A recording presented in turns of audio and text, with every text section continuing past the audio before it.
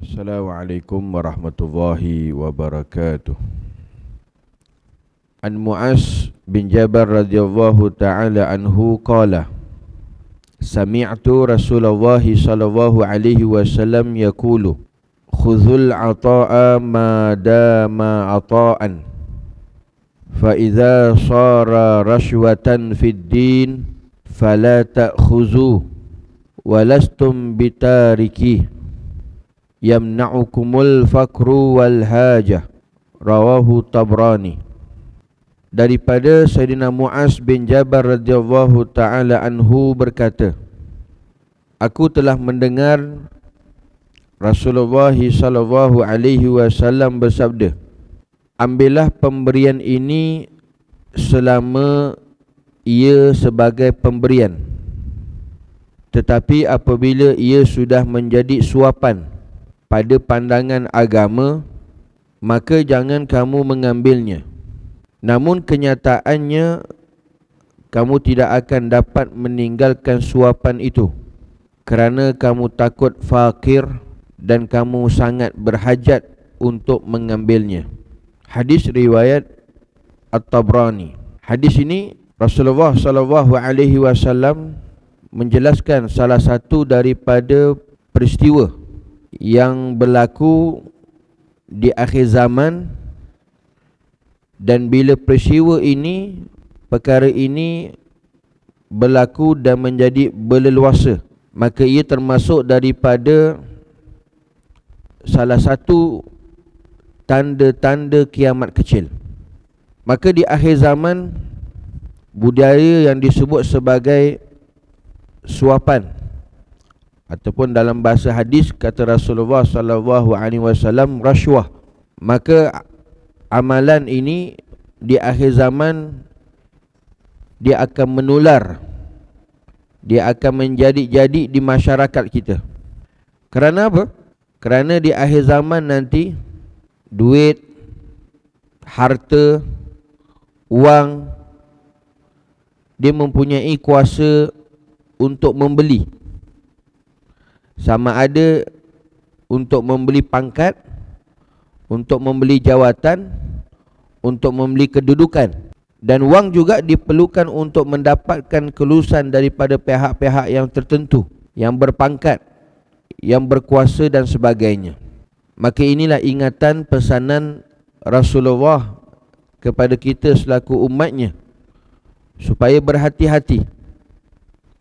Maka jika ini menular dan menjadi amalan dalam masyarakat orang Islam pada hari ini, dan betullah apa yang disebutkan oleh baginda Rasulullah sallallahu alaihi wasallam, bila rasuah berleluasa, maka tunggulah saat hampirnya dengan hari kiamat. Kerana wang dia menjadi satu perkara yang amat penting dalam apatah lagi dunia moden pada hari ini, sehinggakan wang itu dia menjadi sebagai Tuhan yang disembah oleh setiap orang yang ada nafsu ketamakan tentang dunia, harta, pangkat, jawatan makhluk, sehinggakan mereka sanggup apa buat sahaja sekalipun semata-mata kerana duit.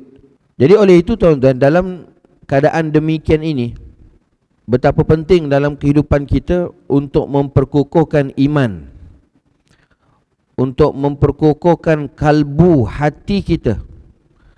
Jangan sampai tersangkut dan terpaut sama ada dengan dunia, jawatan, pangkat maupun makhluk. Kerana ini semua perkara, kalau kita tidak berhati-hati dan berjaga, tuan-tuan, boleh tersungkuh. Boleh tersungkuh dengan sebab perkara-perkara tersebut. Kerana inilah perkara-perkara yang boleh merosakkan jiwa, hati, kalbu, iman seseorang itu kepada Allah Subhanahu wa ta'ala. Jadi oleh itu, dalam keadaan demikian ini, solution untuk kita jauh daripada budaya suapan, rasuah dan sebagainya, perlu ada tanam sifat haya, sifat malu, dan juga perlu ada sifat khauf, takut. Kerana inilah dua sifat yang perlu sentiasa menjadi bekalan dalam kehidupan kita demi untuk keselamatan dunia dan akhirat. Untuk selamat dunia akhirat, tuan-tuan, maka diajarkan kepada kita untuk sentiasa mengiringi dalam kehidupan kita sampai kita mati. Pastikan dua sifat ini ada, iaitu sifat khauf, takut, dan juga sifat raja, harap, serta kena ada wujudkan sentiasa malu. Kepada siapa? Kepada Allah Subhanahu wa ta'ala. Sebab itu kata Rasulullah, illam tastahi fasna' ma syi'ta. Bila satu orang dia tidak ada sifat malu, maka mereka buatlah apa yang mereka kehendaki. Mereka boleh buat apa yang mereka kehendaki sewenang-wenangnya. Bila mana? Bila mana hilangnya sifat malu. Maknanya betapa pentingnya malu dalam kehidupan seseorang itu, kerana malu tu menjadi asbab kepada kita melakukan perkara-perkara dosa dan maksiat kepada Allah Jalla Jalaluh. Jadi bila orang yang sudah tidak ada sifat malu dari orang lain, apatah lagi dengan Allah Subhanahu wa ta'ala, maka hilanglah rasa hormat menghormati antara satu sama lain. Artinya apa? Malu ini sebagai pembenting. Malu ni dia sebagai pembenting kepada setiap orang agar supaya jangan bermudah-mudah melakukan perkara dosa dan maksiat kepada Allah Subhanahu wa ta'ala. Jadi ini ingatan Rasulullah sallallahu alaihi wasallam kepada umatnya. Kata Rasulullah sallallahu alaihi wasallam, khuzul ata'a madama ata'an. Ambillah pemberian itu, ambillah pemberian yang diberikan kepada seseorang itu selagi mana ia sebagai pemberian. Apa maksud pemberian? Sama ada hadiah ke, sedekah ke, sagu hati ke, selagi namanya pemberian, silakan, tak jadi masalah. Yang tiada kaitan untuk mendapatkan sesuatu perkara, kepentingan peribadi dan sebagainya, maka silakan. Kata Rasulullah, khuzuh, ambillah, terimalah, selagi mana ia merupakan pemberian yang tidak ada kaitan dengan sebarang apa-apa, maka silakan. Tetapi kata Rasulullah, fa iza sara rashwatan fid din, tetapi apabila ia sudah menjadi suapan, menjadi rashwah pada pandangan agama. Yang dikatakan suapan, rashwah itu perkara yang haram adalah menurut pandangan agama, bukan menurut pandangan kebiasaan amalan masyarakat kita. Tak, menurut hukum agama, pandangan agama, dari sudut hukum agama apa dia. Maka jika dari segi pandangan agama dia sudah menjadi rashwah ataupun suapan, maka pesan Rasulullah, fala ta'khuzu, maka jangan kamu ambil, jangan kamu terima, jangan kamu ambil, kata Rasulullah sallallahu alaihi wasallam. Kerana apa? Sudah ada pandangan dari sudut agama, itu bukan pemberian, itu merupakan suapan, merupakan rashwah, yang dia ada sesuatu kepentingan yang perlu, yang dia kehendaki daripada perkara yang diberi tersebut.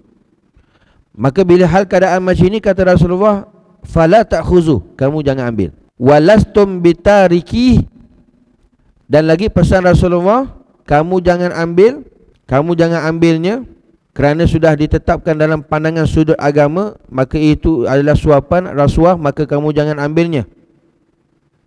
Namun kenyataan kamu tidak akan dapat meninggalkannya.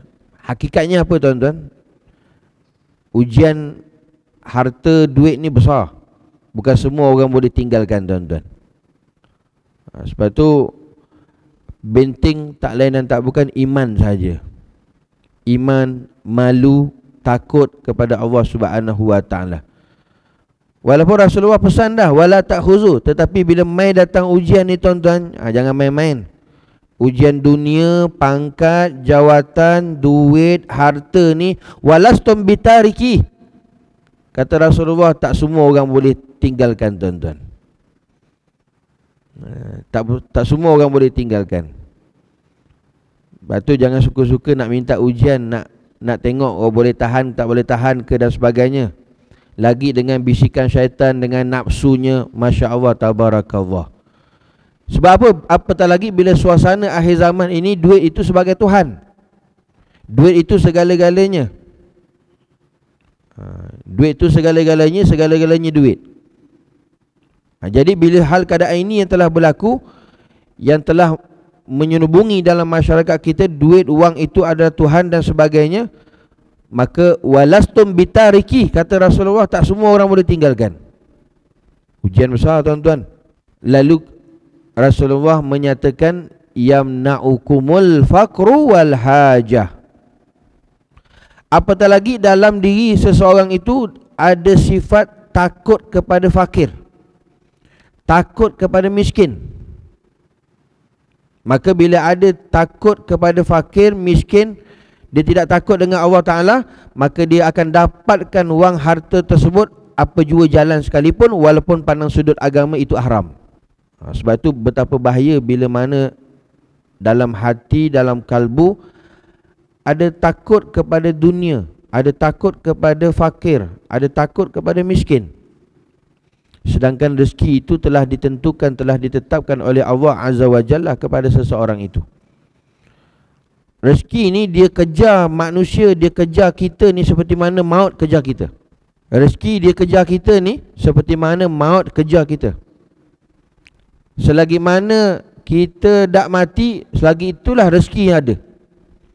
Artinya rezeki itu ada, masih diteruskan, masih lagi kita dapat, selagi itulah tak mati. Bila mati, rezeki itu habis. Bila mati, rezekinya habis. Bila mana ada satu penyakit, iaitu takut miskin, takut susah, takut fakir, maka ini yang punca di antara perkara yang manusia dia boleh langgar segala perintah Allah Subhanahu wa taala dan ajaran Rasulullah sallallahu alaihi wasallam. Dan yang kedua, kata Rasulullah, apatah lagi dalam diri seseorang itu mempunyai hajat untuk mengambilnya, kerana ada keperluan, bukan keperluan, ada perkara keinginan-keinginan yang ingin dicapai. Sebab itu dunia ini bukan untuk memenuhi keinginan, tetapi untuk memenuhi keperluan sahaja. Kerana keinginan itu melebihi daripada keperluan. Keperluan sekadar untuk dia memenuhi sebagai keperluan hidup dia. Bila dalam diri seseorang itu keinginan melebihi daripada keperluan, maka dia akan berhajat kepada perkara tersebut, walaupun perkara tersebut itu adalah perkara yang haram. Maka untuk memenuhi keinginan tersebut, maka dia akan berhajat untuk mengambil dan mendapatkannya. Maka ini di antara perkara yang dipesan oleh baginda Rasulullah sallallahu alaihi wasallam supaya kita berhati-hati. Kerana dalam masyarakat kita hari ini, apa yang penting pada mereka adalah duit. Yang penting utama adalah wang. Maka jika ini berlaku, tuan-tuan, dan berterusan, maka apa jadi, tuan-tuan? Implikasinya, impak yang besar. Yang pertama, akhlak hancur. Akhlak, adab, sopan santun, sahsiah hilang, tuan-tuan. Rapuh, musnah akhir zaman. Kerana yang paling akan musnah ataupun yang akan hilang pada jati diri akhir zaman kepada umat Islam, iaitu akhlak. Lantaran daripada apa? Meninggalkan syariat perintah Allah Subhanahu wa taala. Dia tak dapat jaga iman, dia tak dapat nak jaga solat, dia tak dapat nak jaga puasa, dia tak dapat nak baca Quran, dia tak dapat nak zikrullah. Akhir sekali implikasinya adalah akhlak tidak ada. Akhlak jauh, tuan-tuan. Nilai-nilai yang baik, nilai-nilai yang murni hilang. Sedangkan, tuan-tuan, akhlak, adab, tata susila itu menggambarkan dan mencerminkan keilmuan seseorang itu. Bukan sertifikat, bukan sijil, ijazah, master, PhD, itu menunjukkan keilmuan dia, tidak. Sebenarnya kayu ukur keilmuan seseorang adalah pelaksanaan dan penerapan akhlak, budi pekerti, adab dalam diri seseorang itu. Sebab itu para cendekiawan Islam pernah menyatakan, man la adaba lahu la ilma lahu. Siapa yang tidak ada akhlak, tidak ada adab, maka itu menunjukkan bahawa dia tidak ada ilmu. Ilmu, tuan-tuan, kayu ukur adalah pada penerapan pengamalan akhlak dan adab dalam kehidupan seseorang itu. Tapi orang kita hari ni dia dah tukarkan tuan-tuan, dia dah terbalik. Ni orang berilmu ni, kenapa? Dia ada PhD, sertifikat dia banyak, sijil dia tinggi, dia ada master, dia ada ijazah, dia ada diploma. Ini ilmu banyak ni, ilmu tinggi. Tak tuan-tuan, hakikat kayu ukur sebenarnya keilmuan seseorang itu pada akhlak, pada adab, pada penerapan nilai-nilai yang baik. Orang yang tidak ada adab, tidak ada akhlak, menunjukkan dia tidak ada ilmu tuan-tuan.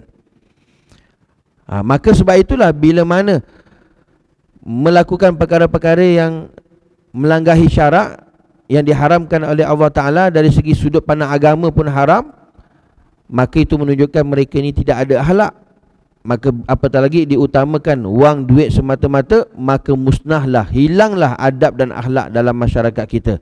Maka jika ini berlaku, runtuhlah tuan-tuan, runtuhlah peradaban, segala perkara-perkara yang baik dalam kehidupan orang Islam pada hari ini.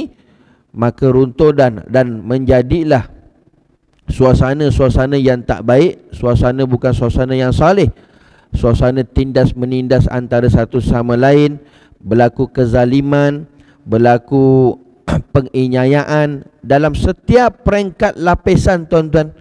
Maka ini pasti akan berlaku kerana dia merupakan sebagai salah satu peristiwa akhir zaman dan merupakan tanda-tanda kiamat semakin hampir. Tuan-tuan muslimin hadirin yang dirahmati Allah Subhanahu wa taala. Jadi kesimpulan daripada hadis ini, Rasulullah sallallahu alaihi wasallam mengingatkan yang pertama bahawa salah satu daripada peristiwa akhir zaman yang menjadi asbab hampirnya dengan kiamat ini, iaitu berlakunya suapan ataupun rasuah. Maka selagi mana kata Rasulullah SAW, iaitu yang kedua, apabila tidak ada kaitan dengan rasuah ataupun suapan dari segi sudut pandangan agama, maka ambillah sebagai hadiah, sagu hati dan sebagainya, tidak ada keperluan kepentingan yang lain. Tetapi bila ada pandang sudut agama itu adalah suapan dan rasuah, fala ta'khuzu, kata Rasulullah, jangan kamu ambil. Yang ketiga tuan-tuan, adapun ujian harta, duit, pangkat, jawatan ni satu ujian yang diberikan oleh Allah Ta'ala kepada hambanya. Tak semua orang lepas tuan-tuan dengan ujian macam ni. Jangan kita minta-minta tuan-tuan. Boleh tersungkuh dibuatnya. Kalau tak, bahawa dengan kita tidak ada ilmu dan juga kekuatan iman kita, maka ramai orang tersungkuh tuan-tuan dengan ujian harta, duit, pangkat, jawatan, dunia. Kerana ini semua ujian. Ahasiban nasu an yutraku an yaqulu amanna wa hum la yuftanun. Allah Ta'ala takkan biarkan kita dalam keadaan kata dah beriman itu saja, tak, selagi mana kita belum diuji lagi oleh Allah Subhanahu wa Ta'ala. Sebab tu bila mana apatah lagi sudah bertakhta dalam hati kita, kalbu kita, dunia, pangkat, makhluk dan sebagainya, maka itu sangat sukar tuan-tuan untuk mengelak ujian daripada perkara-perkara tersebut. Dan yang keempat, pengajaran yang kita perlu kena ambil supaya mudah-mudahan kita jauhkan daripada perkara-perkara ini, maka hendaklah kita mengambil dunia ini sebagai keperluan, bukan untuk memenuhi kepentingan. Maka jika kita memenuhi sebagai kepentingan tuan-tuan, maka dengan sebab kita takut akan kemiskinan, susah, fakir, dan kita ada kepentingan di situ, maka kita akan berhajat untuk melakukan perkara yang haram tersebut. Maka inilah yang berlaku, yang berleluasa dalam masyarakat kita. Maka hilanglah tuan-tuan perkara-perkara yang patut yang kita utamakan, iaitu dapat menjaga segala ketaatan perintah Allah Subhanahu wa Ta'ala dan ajaran Rasulullah. Dan yang terakhir pengajarannya tuan-tuan, maka betapa penting kemusnahan akhlak dan hilangnya adab-adab nilai yang baik itu apabila dalam diri kehidupan orang Islam ini dia mengutamakan dunia daripada akhirat. Maka jika ini berlaku tuan-tuan, maka musnahlah dalam kehidupannya, maka tidak ada keselamatan dunia dan akhirat. Mudah-mudahan Allah Subhanahu wa Ta'ala pelihara iman kita, selamatkan kita daripada fitnah akhir zaman. Mudah-mudahan Allah Subhanahu wa Ta'ala perkukuhkan, memperkuatkan dan sentiasa permudahkan kita untuk perbanyakkan amal saleh, ibadah kepada Allah.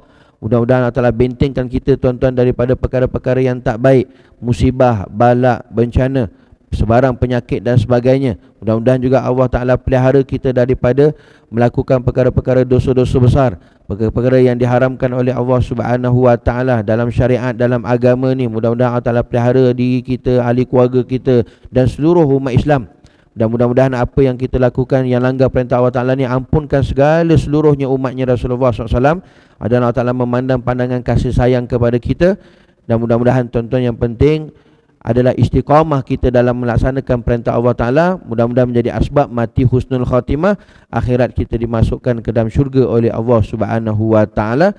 Dan pesanan ulama supaya kita sentiasa iltizam, konsisten atas melakukan ketaatan kepada Allah, supaya hidayah dan taufik ni sentiasa mengiringi dalam kehidupan kita. Maka sering-seringlah kita berdoa kepada Allah, Rabbana la tuzigh qulubana ba'da is hadaitana wa hab lana min ladunka rahmah innaka antal wahhab. Ini doa supaya dikekalkan hidayah, dikekalkan petunjuk, dikekalkan taufik, sentiasa mendapat pimpinan daripada Allah Subhanahu Wa Ta'ala, supaya kita ini tidak terpengaruh dengan dunia, pangkat, jawatan makhluk dan sebagainya. Mudah-mudahan tuan-tuan kita diselamatkan oleh Allah Ta'ala daripada perkara-perkara tersebut. InsyaAllah mudah-mudahan kita dapat amal dan sampaikan serta bermanfaat. Dan mudah-mudahan juga panjang umur. Kita jumpa nanti pada pertemuan yang akan datang. Wallahu ta'ala a'lam.